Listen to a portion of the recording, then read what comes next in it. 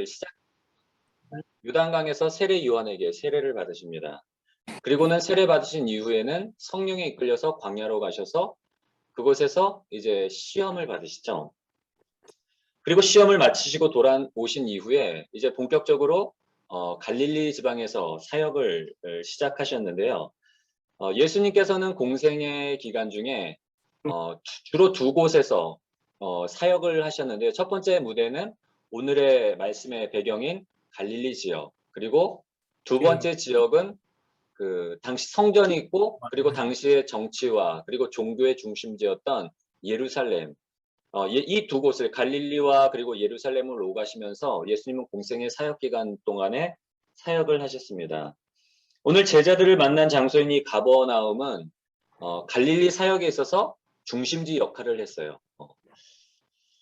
갈릴리 지역을 돌아다니면서 예수님께서는 말씀을 가르쳤고 하나님의 말씀을 가르쳤고 그리고 천국의 복음을 선포하셨고 병든 자들을 고치셨습니다. 광야에서 돌아오신 이후에 성령의 능력으로 말미암아 말씀을 전하시고 가르치시고 그리고 하나님 나라의 복음을 선포하고 병든 자들을 고치는 이런 말씀으로 말미암아 사람들이 많이 위로도 받고 치료도 받았지만 예수님께서 말씀으로 또한 그 병든 자들과 귀신 들린 자들을 고쳐주시니까 여러분 어땠을까요? 누가복음 4장 14절을 보면 어떻게 기록되어 있는가 하면 우리 누가복음 4장 14절의 말씀을 한번 볼까요? 누가복음 4장 14절입니다. 우리 한 목소리로 함께 읽겠습니다. 시작. 예수께서 성령의 능력으로 갈릴리에 돌아가시니 그 소문이 사방에 퍼졌고 아멘. 예수님께서 이제 광야에서 돌아오셔서 본격적으로 갈릴리에서 사역을 시작하면서부터 많은 사람들이 예수님의 소문을 듣게 됩니다. 야, 예수님이라는 분의 말씀이 너무 좋을 뿐만 아니라 그분께 가면 어떠한 병든 자들도 다 고침을 받더라. 놀라운 일들이 일어나더라. 이런 소문이 갈릴리뿐만 아니라 유대와 예루살렘까지 쭉 퍼지게 됩니다. 그래서 이제 많은 사람들이 예수님께 몰려왔는데요. 오늘 말씀을 보면 아까도 말씀드렸지만 오늘 말씀은 예수님께서 제자들을 부르시는 말씀이에요. 갈릴리 해변에서. 근데 누가복음에만 기록되어 있는 말씀이 아니라 마태복음과 마가복음에도 이 말씀이 기록되어 있는데요. 마태복음과 마가복음에 어떻게 기록되어 있는가 하면 제가 읽어드릴게요. 잘 들어보시기 바랍니다. 마태복음 4장 18절부터 22절에 보면 갈릴리 해변에 다니시다가 두 형제 곧 베드로라 하는 시몬과 그의 형제 안드레가 바다에 그물 던지는 것을 보시니 그들은 어부라. 말씀하시되 나를 따라오라. 내가 너희를 사람을 낚는 어부가 되게 하리라 하시니 그들이 곧 그물을 버려두고 예수를 따르니라. 거기서 더 가시다가 다른 두 형제 곧 세베대의 아들 야고보와 그의 형제 요한이 그의 아버지 세베대와 함께 배에서 그물 깁는 것을 보시고 부르시니 그들이 곧 배와 아버지를 버려두고 예수를 따르니라 라고 이렇게 기록되어 있고요. 마가복음 1장 16절부터 20절에는 갈릴리 해변으로 지나가시다가 시몬과 그의 형제 안드레가 바다에 그물 던지는 것을 보시니 그들은 어부라. 예수께서 이르시되 나를 따라오라. 내가 너희로 사람을 낚는 어부가 되게 하리라 하시니 곧 그물을 버려두고 따르니라. 조금 더 가시다가 세베대의 아들 야고보와 그 형제 요한을 보시니 그들도 배에 있어 그물을 깁는데 곧 부르시니 그 아버지 세베대를 품꾼들과 함께 배에 버려두고 예수를 따라가니라. 아멘. 여러분 마태복음과 마가복음에는 굉장히 단순하게 굉장히 좀 간략하게 기록되어 있어요. 예수님께서 갈릴리 해변을 지나가시다가 베드로와 안드레를 보시고 나를 따라오느라 내가 너희를 사람을 낚는 어부가 되게 하리라. 그리고 베드로와 안드레뿐만 아니라 야고보와 요한도 지나가다 부르셨다라고 아주 간략하게 그렇게 기록이 되어 있는데요. 여러분 한번 상상을 한번 해볼까요, 우리가? 지금 내가 이 갈릴리 해변가에 있는데 예수님이 지나가시다가 나를 부르셔서 나를 따라오너라. 내가 너희로 사람을 낚는 어부가 되게 하겠다. 여러분, 여러분에게 만약 그렇게 말씀하셨다면 여러분 어떠실 것 같아요? 여러분 따라가시겠어요? 안 따라가는 게 아니라 못 따라가죠? 네. 생각이 복잡해지는 거예요. 오늘 말씀을 보면 굉장히 단순하게 베드로와 안드레 그리고 야고보와 요한이 배와 아버지를 버려두고 예수님을 따라갔다라고 그렇게 너무 쉽게 기록되어 있는데 막상 내가 그 현장에 있었다면 그 갈릴리 해변가에 내가 있었고 예수님이 나에게 말씀을 하신다면 내가 정말 쉽게 예수님을 따라갈 수 있을까? 라고 생각을 해보면 쉽지 않은 거예요. 오늘 누가복음에는 그 당시의 상황에 대해서 좀 자세하게 기록되어 있습니다. 우리가 마태복음과 그리고 마가복음의 말씀을 놓고 본다면 야 이게 어떻게 이렇게 쉽게 따라갈 수 있지? 하는 그런 의문이 드는데요. 현실적으로 그래요. 그런 상황이 닥친다면 예수님을 따라가기가 쉽지가 않은 거예요. 첫 번째로는 여러분 뭐가 걸릴까요? 네, 가족이 걸려요. 왜냐하면 베드로와 안드레 그리고 야고보와 요한은 아버지가 있었어요. 아버지의 자녀일 뿐만 아니라 아버지의 아들일 뿐만 아니라 본인은 한 집안의 가장이잖아요. 예수님이 나를 따라와라. 내가 너희로 사람을 낳는 어부가 되게 하리라. 그 말은 뭐죠, 여러분? 어부의 이 사람들은 그 물고기를 잡아서 가족들의 생계를 책임졌던 사람들인데 예수님께서 그렇게 초청을 하셔서 예수님의 그 초청에 응답해서 예수님을 따라가면 어떻게 될까요? 생계는 누가 책임져요? 가족이 걸린단 말이에요. 여보, 우리는 어떻게 먹고 살아요? 아빠, 우리는 뭐 먹고 살죠? 가족들이 발목을 잡을 수 있어요. 또 주변의 지인들도 뭐 장애물이 될 수 있어요. 뭐 이런 얘기 하지 않겠어요? 아니, 야 베드로, 너 현실적으로 한번 생각해봐. 네가 지금 철부지 어린애도 아니고 네가 지금 이상을 따르기에는 너 너무 나이를 많이 먹지 않았니? 현실적으로 생각해봐. 니네 가족과 너 생계는 어떻게 할래? 이상을 따르기엔 우리 이미 너무 나이가 많이 먹었잖아. 현실적으로 생각해봐. 그렇게 지인들이 말할 수도 있을 거고 또 다른 지인들은 이렇게 말할 수도 있겠죠. 아니 뭘 그렇게 열심히 믿어. 그냥 적당히 믿으면 되지. 뭐 굳이 예수님을 따라다니면서 그렇게 막 열성적으로 하려고 해. 야 적당히 해 적당히. 그리고 우리가 신앙생활하면서도 이런 얘기는 어쩌면 들을 수 있어요. 정말 신앙적으로 막 나 직장 끝나면 나 바로 교회 가야 돼.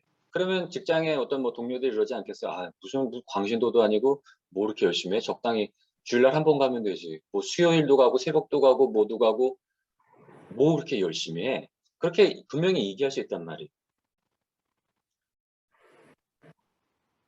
여러분 예수님이 우리를 여기 오셔서 나를 따라오너라. 내가 너희로 사람을 낚는 어부가 되게 하리라. 뭔가 분명한 비전을 제시해 줄 때 사실 쉽지 않아요. 어. 그럼에도 불구하고 예수님을 따라가는 게 복된 이유는 뭔가 하면 어쩌면 우리의 인생, 어떻게 보면 이 말씀은 비유, 어떤 상징적인 의미가 있어요. 베드로의 상황은 어떤 상황이었죠? 밤이 맞도록 수고를 했지만 얻은 게 없었던 그런 상황이었단 말이에요. 어떻게 보면 우리의 인생, 예수님을 만나기 전에 우리의 삶은 다 그래요. 밤이 맞도록 수고를 해도 아무리 수고하고 열심을 내고 애를 써도 예수님 없는 인생의 마지막은 뭐죠? 죽음과 심판이기 때문에. 이게 우리의 인생이란 말이에요. 그런데 예수님을 만나서 예수님을 따르게 되면 어떤 인생으로 된다는 거죠? 상징적인 의미로 풍성한 삶이 된다는 거예요. 복된 삶. 왜냐하면 내가 곧 길이요 진리요 생명이니 나로 말미암지 않고는 아버지께로 올 자가 없느니라. 길 대신 예수님, 생명 대신 예수님, 진리 대신 예수님을 따라가면 하나님의 자녀로서 우리가 하나님, 정말 온 우주 만물의 창조자 되신 하나님, 생명의 근원 되시고 모든 물질의 뭐 주관자 되시는 하나님, 하나님이 우리 아버지 되시기 때문에 뭐 이 그물이 찢어지도록 주시는 어떤 풍성한 복들, 이것과 같은 진짜 복된 삶을 살아갈 수 있다는 게 오늘 성경이 우리에게 주고 있는 말씀인데요. 여러분 바라기는 오늘 제목이 뭐죠? 현실을 넘어서 열린 길로 나아가라. 현실의 여러 가지 장애물에도 불구하고 우리가 오늘 베드로와 그 안드레와 야고보와 요한이 모든 것들을 버려두고 예수님을 따라감으로 말미암아 열린 길로 나아감으로 말미암아 정말 복된 삶을 살았던 것처럼 우리 또한 현실의 여러 가지 장애물을 넘어서서 예수님을 따라감으로 인해서 예수님과 동행함으로 인해서 복된 삶, 복된 길로 걸어가시는 여러분들이 되시기를 주님의 이름으로 간절히 소원합니다. 그렇다면 이 특별히 베드로는 어떻게 여러 가지 현실적인 장애물에도 불구하고 이것을 넘어서서 복된 길로 걸어갈 수 있었을까? 그 이유를 좀 비결들을 좀 살펴보려고 하는데요. 첫 번째로 베드로가 여러 가지 현실적인 장애를 뛰어넘어 예수님을 따라할 수 있었던 비결은 저를 따라서 한번 고백해 보시기 바랍니다. 열린 마음으로 예수님을 영접했습니다. 예수님을 영접했습니다. 아멘. 네. 뭐라고요? 어떤 마음으로요? 열린 마음으로 예수님을 영접했기 때문에 베드로는 여러 가지 현실적인 이 장애를 넘어서서 정말 생명의 길 되신 예수님, 복된 길로 나아갈 수가 있었습니다. 마태복음과 마가복음의 말씀을, 그 제자들을 부르시는 말씀을 놓고 보면 예수님께서 갈릴리 해변에서 이 제자들을 처음 만나신 것 같아요. 마태복음과 마가복음의 말씀을 놓고 본다면. 그런데 누가복음 4장의 말씀을 보면, 특별히 31절부터 39절의 말씀을 보면 예수님께서는 이미 베드로를 만나셨다는 것을 알 수가 있어요. 우리 누가복음 4장 31절부터 39절의 말씀도 한 목소리로 한번 읽어보도록 하겠습니다. 누가복음 4장 31절부터 39절의 말씀입니다. 우리 한 목소리로 천천히 읽겠습니다. 시작. 갈릴리의 가버나움 동네에 내려오사 안식일에 가르치심에 그들이 그 가르치심에 놀라니 이는 그 말씀이 권위가 있음이로라.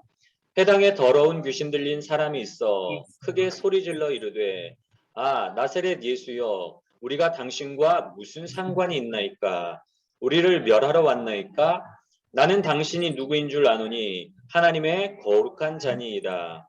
예수께서 꾸짖어 이르시되 잠잠하고 그 사람에게서 나오라 하시니 귀신이 그 사람을 무리 중에 넘어뜨리고 나오되 그 사람은 상하지 아니한지라.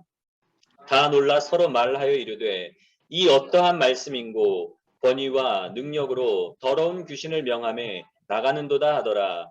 이에 예수의 소문이 그 근처 사방에 퍼지니라. 예수께서 일어나 회당에서 나가사 시몬의 집에 들어가시니 시몬의 장모가 중한 열병을 앓고 있는지라. 사람들이 그를 위하여 예수께 구하니 예수께서 가까이 서서 열병을 꾸짖으신데 병이 떠나고 여자가 곧 일어나 그들에게 수종되니라. 아멘. 네. 예수님께서 갈릴리 가버나움 회당에 들어가서 안식일에 회당에 들어가서 말씀을 전하실 때 사람들이 그 말씀을 듣고 놀래요. 와, 우리가 이전에 어떤 다른 어떤 율법 선생들과 다른 어떤 종교 지도자들의 말씀도 많이 들어봤지만 예수님이 이분의 말씀은 뭔가가 다르다. 뭔가 이 사람들이 하나님의 말씀, 예수님이 전하신 하나님의 말씀을 듣고 이 말씀은 정말 권위 있는 말씀이다. 본인들이 은혜를 받은 거예요. 쉽게 말하면. 그리고 그 회당에 누가 있었는가 하면 귀신 들린 사람이 있었는데 귀신 들린 사람이 뭐라고 고백을 하는가 하면 예수님이 누군지를 안다는 거예요. 그러면서 이 귀신 들린 사람을 통해서 누가는 예수님이 어떤 분인지를 가르쳐 주는 거예요. 예수님은 누구라고요? 하나님의 거룩한 사람이라는 거예요. 이스라엘이 그토록 기다리고 고대하던 메시아, 그리스도가 바로 이 예수님이라는 사실을 이 회당에서 이 귀신 들린 사람의 어떤 그 사건을 통해서 누가는 전해주고 있어요. 그리고 거기서 끝나는 게 아니라 예수님께서 회당에서 말씀도 전하고 귀신 들린 사람도 고쳐주신 이후에 나와서 어디로 들어갔다고 성경은 기록을 하고 있죠? 시몬의 집에 들어갔다고. 여러분 시몬은 누구예요? 오늘 베드로예요. 마태복음과 마가복음의 말씀을 놓고 제자들을 부르시는 그 말씀만을 놓고 보면 예수님께서 갈릴리 해변에서 처음으로 제자들을 만난 것 같지만 그런데 이때의 상황을 좀 더 자세하게 기록한 누가복음의 말씀을 보면 예수님은 이미 시몬과 만난 적이 있으신 거죠. 쉽게 말하면 시몬의 집에 유하셨던 거예요.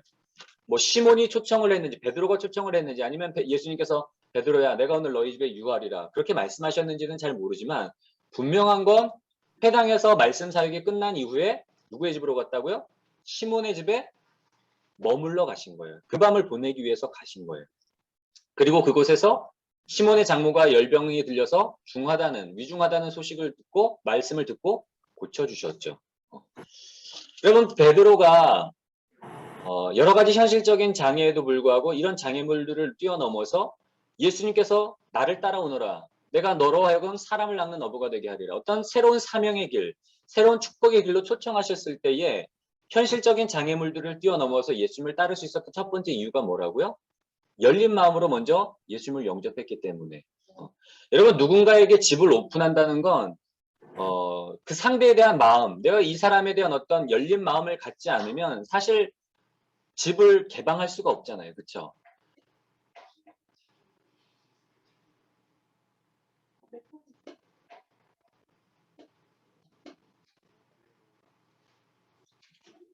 네. 어떤 차인지 모르겠네요. 네. 네. 아니, 장로님 차 같아요. 네. 네. 그, 누군가에게 내가 집을 오픈한다는 건 상대방에 대한 열린 마음이 있지 않으면 사실 어려운 건데요. 여러분, 예수님은 동일하게 뭐 제자들 그 갈릴리 해변에서 제자들만을 초청하셨던 것이 아니라 오늘 우리도 초청하고 계세요. 오늘 우리도 나를 따라오너라. 내가 너로 하여금 내가 너로 하여금 새로운 길을 걷게 할 것이고, 내가 너로 하여금 지금의 삶보다, 네가 살아가고 있는 삶보다 더 의미 있는 삶으로 너의 삶을 이끌어 주겠다라고 초청을 하세요. 요한계시록 3장 20절에도 이렇게 기록되어 있죠. 볼지어다 내가 문 밖에 서서 두드리노니 누구든지 내 음성을 듣고 문을 열면 내가 그에게로 들어가 그와 더불어 먹고 그는 나와 더불어 먹으리라. 예수님께서 우리의 마음 문 밖에서 계속 녹화하고 계세요.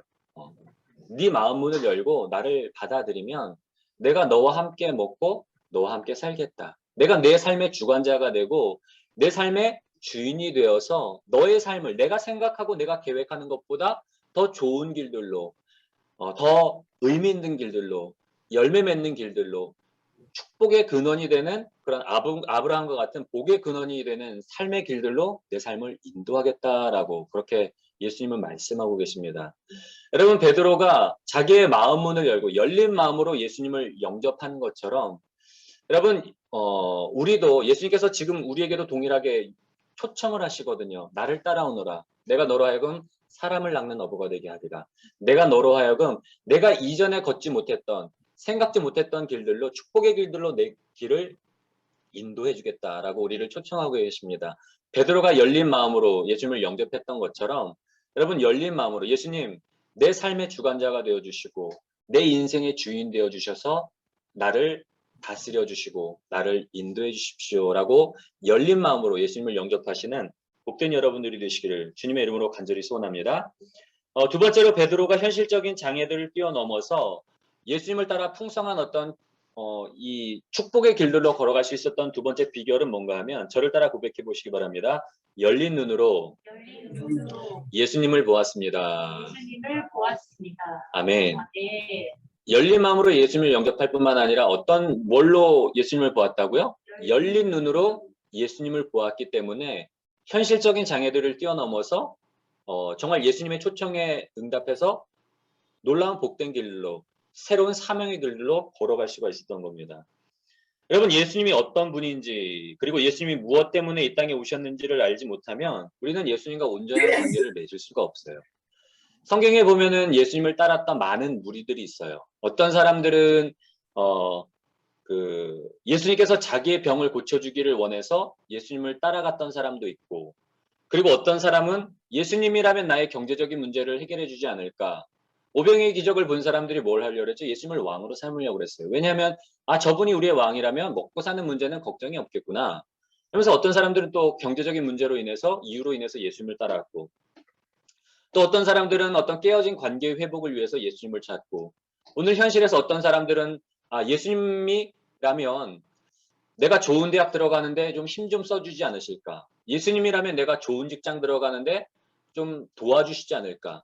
예수님이라면 내가 좋은 배우자를 만나는데 좀 만나도록 힘 써주시지 않을까? 뭐 이런 동기로 예수님을 찾는 사람들이 있어요. 그런데 여러분, 뭐 예수님께서 오셔서 병든 자들도 고쳐주시고 오병이의 기적을 통해서 배고픈 사람들에게 그들의 어떤 경제적인 필요도 채워주셨지만 이러한 일들은 예수님의 핵심 사명이 아니에요. 예수님이 이런 일들 때문에 오신 게 아니란 말이에요. 그렇다면 예수님께서는 왜 이 땅에 오셨을까요? 마태복음 1장 21절의 말씀을 보면 이렇게 기록되어 있습니다. 요셉이 마리아와 먼저 정혼을 하잖아요. 그런데 자기는 마리아와 이렇게 정식으로 결혼해서 합방을 하지 않았는데도 마리아가 임신했다는 소식을 듣고 저희 자매는 참 정결하지 못한 자매구나. 누군가 결혼 전에 불륜을 해서 임신을 했구나. 그런 생각이 들어서 조용히 파혼을 하려고 그래요. 그런데 천사가 나타나서 이야기를 해주죠. 마리아가 잉태한 것은 성령으로 말미암아 잉태된 것이고 두려워하지 말고 아내로 맞아들이라 그래요. 그때 고지해 주면서 이렇게 이야기를 합니다. 마태복음 1장 21절에 이렇게 기록되어 있는데요. 아들을 낳으리니 그 이름을 예수라 하라. 이는 그가 자기 백성을 그들의 죄에서 구원할 자이심이라 하니라. 아멘. 천사가 요셉에게 뭐 자세한 그 어떤 배경들을 설명해 주면서 두려워하지 말고 마리아를 아내로 삼으라. 그리고 처녀가 잉태하여 아들을 낳으리니 그 아들의 이름을 뭐라 그랬죠? 예수라 하라. 이는 그가 자기 백성을 그들의 죄에서 구원할 자이심이니라. 여러분, 예수님이 오신 목적은 이거예요. 제일 핵심 목적이 이거예요. 뭐 때문에 오셨다고요? 우리의 죄의 문제를 해결해 주시기 위해서 오신 거예요. 우리가 이 사실을 잘 알지 못한다면 예수님을 찾는 동기가 그냥 잘못된 동기로 찾다 보니까 예수님과 정말 올바른 관계를 맺을 수가 없는 거예요. 다른 말로 하면 우리 죄의 문제가 해결되지 않으면 예수님과도 그리고 하나님과도 올바른 관계를 맺을 수가 없어요. 진정한 축복의 삶의 비결은 다른 것이 아니라 하나님과의 관계잖아요. 하나님의 자녀가 되고 하나님이 나의 왕이 되시고 예수님이 나의 삶의 주관자 되시고 예수님이 내 인생의 주인 되어주실 때 우리의 인생은 밤이 맞도록 수고하지만 얻을 것이 없는 인생 가운데서 진정으로 복된 삶, 생명의 삶, 축복의 삶을 살아갈 수 있다는 게 성경이 우리에게 제시해주고 있는 말씀인데요. 그래서 예수님이 어떤 분인지를 올바로 알지 못하면 예수님과 올바른 관계를 맺을 수가 없고 진정한 삶의 어떤 복된 자리로 나아갈 수 없다는 것. 여러분 꼭 기억하시길 바랍니다. 누가는 오늘 본문이 있는 누가복음 5장뿐만 아니라 6장을 통해서도 예수님이 어떤 분인지 예수님의 사명이 무엇인지에 대해서 기록을 하고 있는데요. 예수님께서 무엇 때문에 오셨다고 말씀을 드렸죠? 우리의 죄의 문제를 해결하기 위해서 오신 거예요. 예수님께서 우리의 죄를 그 죄로 인해서 내가 죽어야 되는데 나 대신에 예수님이 나의 죄 모든 죄의 짐들을 대신 십자가에서 지시고 나 대신 형벌을 받으심으로 말미암아 죽으시고 부활하심으로 말미암아 누구든지 믿기만 하면 그 믿음 하나만으로 우리를 의롭다 여겨주시고 하나님의 자녀로 삼아주시고 우리를 구원해 주신다는 게 바로 이 하나님의 약속이잖아요.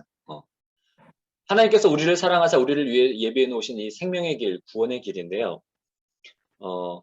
오늘 제자들을 부르신 말씀 이후에 두 가지 이야기가 더 나와요. 6장까지 보면은 첫 번째로 나병 환자를 고치신 이야기가 나오고 그 다음에는 중풍병자를 고치신 말씀이 나와요. 사람들이 중풍병에 걸려서 움직이지 못한 사람들을 침상에 메고 와서 예수님께 데려오잖아요.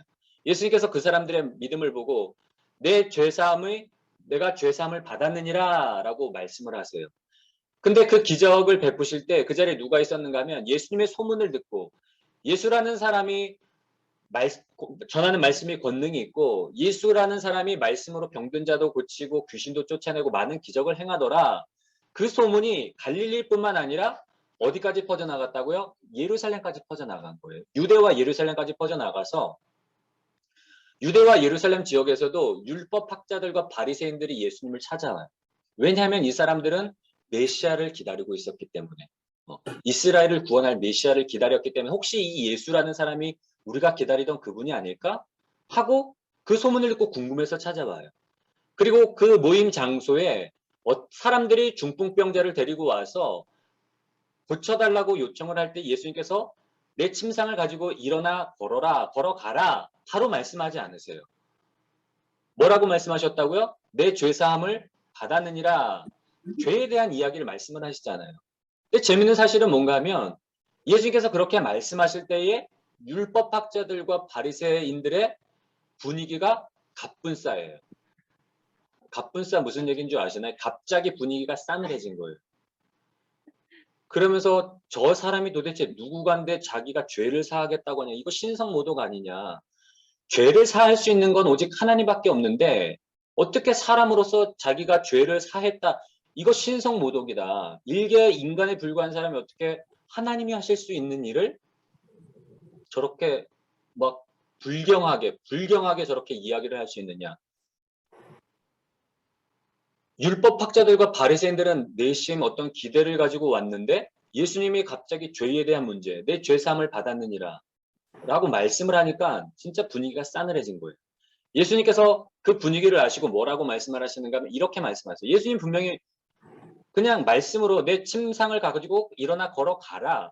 그냥 죄 문제 얘기 안 하고 할 수도 있었음에도 불구하고 예수님께서 그렇게 말씀하신 이유가 나와 있는데요. 우리 한번 성경을 찾아볼까요? 그렇게 말씀하신 이유가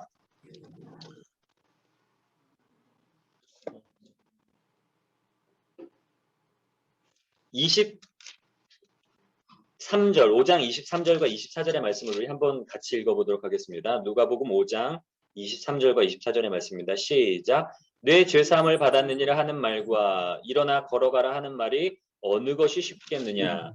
그러나 인자가 땅에서 죄를 사하는 권세가 있는 줄을 너희로 알게 하리라 하시고 중풍병자에게 말씀하시되 내가 내게 이르노니 일어나 내 침상을 가지고 집으로 가라 하시매 그 사람이 그들 앞에서 곧 일어나 그 누웠던 것을 가지고 하나님께 영광을 돌리며 자기 집으로 돌아가니. 아멘. 예수님께서 이렇게 말씀하신 이유가 있었어요. 그건 다른 것이 아니라 율법학자들과 바리새인들에게 자기가 어떤 존재인지를 가르쳐 주시길 원했던 거예요. 나는 단순히 그냥 선지자가 아니라 나는 정말 이 땅에 너희들의 죄의 문제를 해결하고 너희를 구원해 주기 위해 온 하나님의 아들, 진짜 내가 메시아다. 너희들이 그토록 기다리던 내가 그리스도다라는 사실을 가르쳐 주시라고 이렇게 말씀하신 거예요. 내 아이에게 죄가 사하는 권세가 있는 줄을 너희로 알게 하려고 내가 이렇게 얘기했다라는 거예요. 쉽게 말하면 그거예요. 내 죄가 사함을 받았다라는 말과 실제로 그 병든 자를 고쳐서 일어나 가게 하는 것. 인간적인 눈으로 보면 여러분 뭐가 쉬울까요? 형제님 하나님이 사랑하신대요. 죄사함 받으셨대요. 이렇게 말하는 것과 실제로 기적을 일으키는 것과 어떤 게 더 쉽다는 거예요. 사람들의 관점을 보면 그냥 말만 하는 게 더 쉬운 거예요. 중풍병자를 일으켜서 걸어가게 하는 건 진짜 정말 하나님의 능력이 아니고선 할 수 없는 일이란 말이에요. 바리새인들에게 이거 하라면 율법학자들에게 이거 하라면 못해요. 차라리 그냥 쉬운 거 죄사함을 받았다라고 말을 하지. 그런데 이렇게 말하는 이유는 뭐라고요? 예수님이 죄사하는 권세가 있는 줄을 알게 하려고 그렇게 말씀을 하셨다는 거예요. 여러분 오늘 다시 베드로로 돌아가 볼까요? 베드로가 이전까지는 예수님 열린 마음으로 예수님을 영접했어요. 그런데 그때까지는 예수님이 누구신지를 잘 알지 못했어요. 그래서 선생님 우리가 밤이 맞도록 수고를 해도 얻은 것이 없지만은 말씀에 의지해서 그물을 내리리이다. 기적을 보기 전까지는 예수님에 대해서 뭐라고 이야기를 하죠? 선생님이라고 그래요. 베드로는 예수님이 뭔가 특별한 분이라는 건 알았어요. 말씀의 권세도 있고 말씀으로 기적도 행하시는 걸 보고서 이분은 정말 뭐 선지자나 아니면 특별한 분이구나. 어떤 정말 영적인 어떤 스승으로 생각을 했단 말이에요. 그런데 그 아침이죠. 밤이 지나고 광명한 낮에. 여러분 베드로의 이 수십 년간 어부로 살아왔던 이 지식으로 봤을 때는 낮에는 고기가 잡힐 일이 없는 거예요. 더군다나 깊은 곳에 그물을 던진다는 거. 여기는 포인트가 아닌 거예요. 시간대도 안 맞고 물고기가 있을 포인트도 아닌데 예수님이 내리라고 하니까 그냥 그 말씀에 의지해서 한번 내가 내리겠습니다. 그리고 내려보니까 어때요? 자기가 이제껏 잡았던 고기 이렇게 막 정말 막 풍성한 어획량을 거두었던 적이 없는데 상식적으로도 맞지 않고 그리고 시간대도 안 맞고 포인트도 안 맞는데 이 고기를 막 2배가 가득하게 잡은 이 기적을 보면서 베드로가 느낀 건 뭐예요? 이분은 단순히 선생님이 아니구나. 이분은 정말 신적인 존재구나. 그걸 깨달은 거예요. 그래서 어떤 초월적인 존재 앞에 서 있다는 걸 본인이 내 앞에 있는 예수라는 분이 단순한 선생이 아니라 정말 하나님과 같은 존재. 초월적인 존재라는 그 두려움에 사로잡혀서 뭐라고 고백을 하죠? 주여 나를 떠나소서 나는 죄인이로소이다 라고 고백을 하는 거예요. 죄의 문제가 또 나오잖아요. 하나님 앞에 섰을 때 죄인이 갖는 그 경외감, 두려움에 베드로는 주여 나를 떠나소서 나는 죄인이로소이다. 이 순간 이 기적을 통해서 베드로는 예수님을 보게 된 거예요. 예수님이 어떤 존재라는 것을 알게 된 거예요. 여러분 베드로가 현실적인 장벽을 뛰어넘어서 예수님의 초청에 응답해서 복된 길, 생명의 길, 새로운 사명의 길로 걸어갈 수 있었던 이유가 두 번째가 뭐라고요? 첫 번째로는 열린 마음으로 예수님을 영접했을 뿐만 아니라 두 번째는 열린 눈으로 예수님을 바라보았기 때문에 예수님이 어떤 분인지를 깨달았기 때문에 예수님을 따를 수 있었던 거예요. 누가복음 5장과 6장을 통해서 놀라운 비교를 해요. 베드로는 예수님을 바라봄으로 해서 예수님을 따라갔지만 그 자리에 있었던 율법학자들과 바리새인들, 이 사람들이 본 기적은 물고기가 잡힌 기적보다 더 놀라운 기적이잖아요. 베드로가 두 배 가득 잠기도록 물고기를 잡은 이 기적보다 어떻게 보면 이 바리새인들과 율법 선생들이 본 기적이 더 놀라운 기적이란 말이에요. 그럼에도 불구하고 그들은 예수님을 그리스도로 인정하지 않았어요. 오히려 그 일로 인해서 예수님을 대적하는 그런 계기가 되었는데요. 그래서 성경에서 뭐라고 말하고 있는가 하면 보기는 보아도 저희들이 보지 못할 것이요. 듣기는 들어도 깨닫지 못할 것이니라. 제자들이 물어봐요. 예수님 왜 비유로 자꾸 사람들에게 말씀하십니까? 그냥 직설화법 써가지고 그냥 쉽게 얘기를 하시면 사람들이 더 알아듣기 쉽지 않을까요? 그 말씀에 대해서 예수님이 뭐라고 말씀하시는가 하면 저희로 하여금 보기는 보아도 보지 못하고 듣기는 들어도 깨닫지 못하게 하려고 내가 비유로 말한다고. 이 하나님 나라의 비밀은 누구에게만 주어진 거라고요? 하나님의 자녀들, 하나님이 허락하신 사람들에게만 들을 게 있는 자만 듣는다는 거예요. 여러분 그런 측면에서 열린 귀, 열린 눈이 얼마나 축복인 줄 몰라요. 예수님이 지금 이 제자들, 갈릴리 해변에서 제자들만 부르실 뿐만 아니라 오늘 우리의 삶 가운데서도 하나님은 살아계시고 예수님은 성령으로 우리와 함께 하시면서 우리의 삶 가운데 놀라운 기적들을 베풀고 계세요. 지금도. 우리의 인생이 뒤돌아보면 모든 것이 정말 은혜가 아닌 게 없단 말이에요. 우리가 예배 전에 했던 찬양처럼 그렇게 하나님의 살아계심, 우리를 사랑하심을 매일매일의 삶 가운데서 보여주세요. 그리고는 초청을 한단 말이에요. 나를 따라오너라. 내 인생에 내가 네 인생의 주관자가 되게 네 삶의 주도권을 나에게 다오. 내가 그러면 너의 삶을 주관해 줄게. 축복의 길들로 인도해 줄게. 새로운 삶의 길들로 인도해 줄게. 지금보다 더 의미 있는 삶의 길들로 내가 인도해 줄게. 지금도 우리를 부르세요. 내가 힘들고 어려울 때만 예수님을 찾는 것이 아니라 예수님이 진정 나의 주인이요. 예수님이 나의 죄의 문제를 해결해 주시는 구원자일 뿐만 아니라 내 삶의 주관자라는 사실을 내가 바라볼 때에 여러분 이런 복된 길로 나아갈 수 있다는 사실 기억하시고요. 베드로와 같이 날마다 열린 눈으로 주님 바라보시고 주님을 따라가시는 복된 여러분들이 되시기를 주님의 이름으로 간절히 소원합니다. 마지막 세 번째로 여러 가지 현실적인 장애에도 불구하고 베드로가 예수님이 그 초청에 응답해서 그 열린 길들로 나아갈 수 있던 세 번째 비결은 뭔가 하면 저를 따라 고백해 보시기 바랍니다. 믿음으로 열린 길로 나아갔기 때문입니다. 아멘. 열린 마음으로 예수님을 영접하고 열린 눈으로 예수님을 바라보고 그리고 믿음으로 열린 길로 나아갔기 때문에 베드로의 삶이 그리고 제자들의 삶이 진짜 복된 삶을 살아갈 수 있었다는 것. 여러분 제가 믿음에 대해서 말씀을 자주 드리는 그 내용들이 있는데요. 그 믿음을 이루는 두 가지 요소가 있어요. 첫 번째는 믿는 행위로서의 믿음. 그리고 믿음에 있어서 중요한 두 가지 요소가 있는데 첫 번째는 믿는 행위로서의 믿음이에요. 믿는 행위로서의 믿음은 뭔가 하면 우리가 예수님 주여 믿습니다 막 그렇게 이야기를 하잖아요. 근데 믿는다는 게 뭘까요? 믿는다는 거. 내가 진짜 믿는지 말뿐인 믿음인지 알 수 있는 비결은 그 방법 확인할 수 있는 방법은 뭔가 하면 내가 얼마만큼 내 삶을 맡기는가를 보면 알 수가 있어요. 제가 이 이야기를 드리면서 자주 인용하는 사람의 이야기가 있죠. 찰스 블론딘이라는 프랑스 사람이 있는데요. 이 사람은 19세기의 인물이에요. 19세기에 프랑스 출신인데 이 사람은 어려서부터 아마 부모님이 서커스단 출신인 것 같아요. 그래서 태어나면서부터 이 사람은 고개단에서 나고 자라서 이제 한 5살 때부터 이제 고개 기술을 배우는 거죠. 근데 이 사람이 배운 기술은 뭔가 하면 외줄타기 고개예요.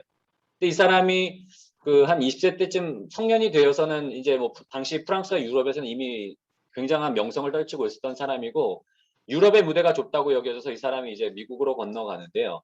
이 사람이 이제 정말 큰 명성을 얻게 된 계기가 뭔가 하면 1859년 6월 30일에 미국과 캐나다를 관통하고 있는 나이아가라 폭포를 외줄 타기를 그 사이를 외줄 타기로 건너가요.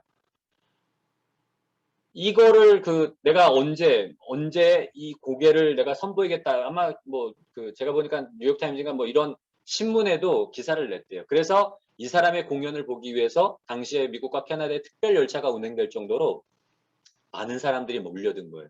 이거 정말 당시에는 어떤 커다란 뉴스가 있던 시절이 아니잖아요. 어떤 엔터테인먼트 이런 어떤 요소들이 있던 시대가 아니기 때문에 지금도 누군가 나이아가라 폭포를 외줄타기로 건너간다면 엄청난 화제거리인데 해외 토픽에 나올 정도인데 당시만 해도 얼마나 큰 기사거리였겠어요.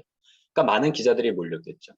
이 사람이 정말 이쪽 끝에서 저쪽 끝까지 그 봉 하나 잡고 막 아슬아슬하게 몇백 미터를 가는 거예요. 막 사람들이 손에 땀을 쥐면서 막 지켜보는 가운데 반대편에 무사히 도착하자마자 막 난리가 나는 거예요. 사람들이 막 함성을 외치고 모자 벗어 던지고 기자들은 몰려서 플래시 터트리고 막 인터뷰를 했겠죠. 아, 정말 대단하다고. 어떻게 이런 고개를 할 수가 있냐고.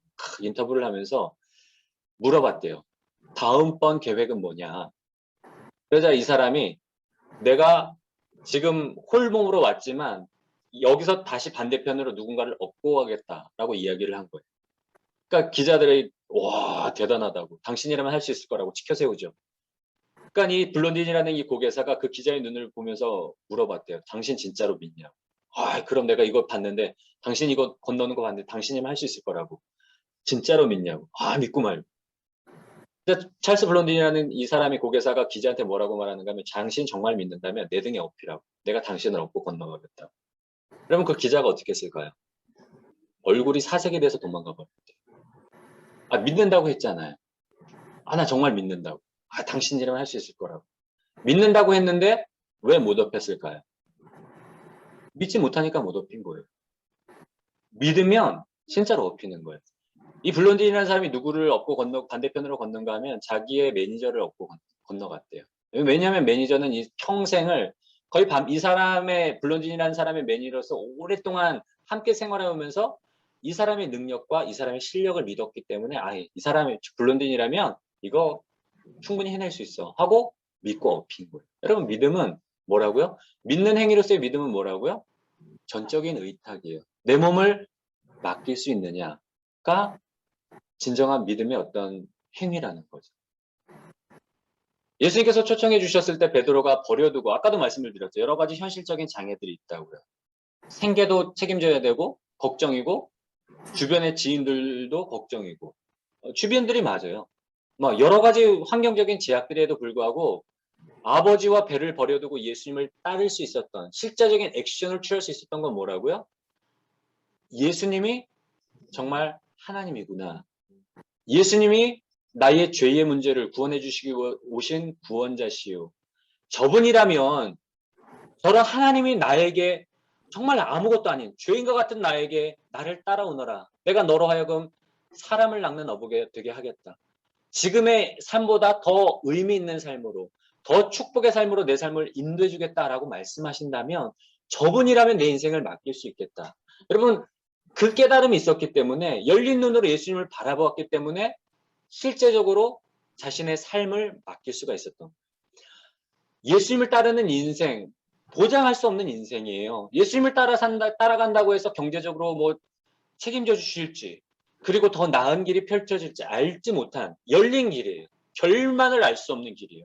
그럼에도 불구하고 그 불확실의 길로 뛰어들 수 있었던 것 실제로 예수님을 따를 수 있었던 건 뭐 때문이라고요? 믿음이 있었기 때문에. 어떤 믿음이요? 대상에 대한 믿음. 믿음을 이루고 있는 중요한 두 가지 요소. 첫 번째는 믿는 행위로서의 믿음뿐만 아니라 정말 중요한 두 번째 요소는 뭐라고요? 믿음의 대상. 예수님을 신뢰할 만한 대상이었기 때문에 몸을 맡길 수 있었던 거죠. 한 가지 더 믿음에 대한 이야기를 드는 예로 들면 아침에 이제 출근하려고 아니면 학교에 이제 등교를 하려고 버스를 탔다고 생각을 해보세요. 근데 버스에 올라서는 순간 어디서 술 냄새가 확 나는 거예요.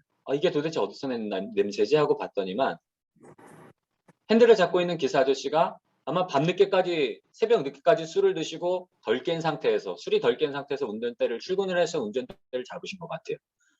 막 눈은 반쯤 감겨 있고 막 몽롱해서 막 이렇게 막 흔들고 계세요. 그러면 여러분 그 버스를 타시겠어요? 안 타시겠어요? 그럴 수 있잖아요. 나는 이 아저씨를 믿어. 내 몸을 맡길 거야. 어떻게 보면 그 믿는 행위로서의 믿음이 맞을까요? 아닐까요? 내 몸을 맡긴다는 건 믿는 행위로서의 믿음은 맞잖아요.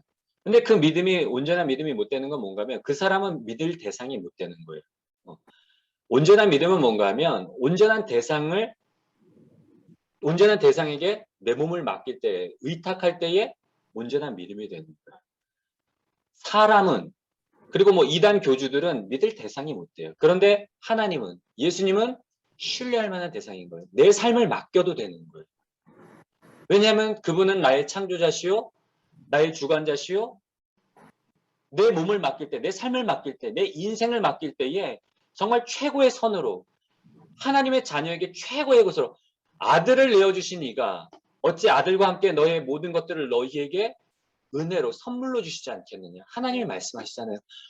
하나밖에 없는 독생자를 내어주실 정도로 우리를 사랑하시는 그 하나님이 아들을 내어주신 분이 어찌 아들, 정말 그 어떤 것과도 바꿀 수 없는 아들을 주신 분이 다른 어떤 것들도 우리에게 주시지 않겠느냐. 그만큼 우리를 사랑하시는 분인데요. 말씀으로 우주 만물을 창조하신 전능하신 하나님, 불가능이 없으신 하나님, 나보다 나를 더 사랑하시는 하나님, 나를 지으셨기 때문에 나보다 나를 더 잘 아시는 하나님이 우리 인생의 주관자 되시고 우리 삶의 주관자 되시면 그거보다 더 복된 인생이 없고요. 그래서 예수님께서도 내 인생을 나에게 맡겨라. 내 삶의 주관자로 나를 영접하면 내가 내 인생을 나에게 맡기면 내가 책임져 줄게. 내가 나를 의지하고 나를 바라보고 나를 따르면 지금의 삶보다 더 의미 있는 삶으로, 지금의 삶보다 더 가치 있는 삶으로, 지금의 삶보다 더 복된 길들로 내 길을 인도해 줄게. 여러분, 그래서 맡기라는 거예요. 베드로와 안드레와 야고보와 요한이 예수님의 초청에 모든 것을 버리고 두르고 따라갔던 것처럼 여러분 열린 마음으로, 열린 눈으로 주님 바라봄으로 인해서 정말 주님이 약속하신 열린, 복된 열린 길들로 나아가는 저와 여러분들이 되시기를 주님의 이름으로 간절히 소원합니다.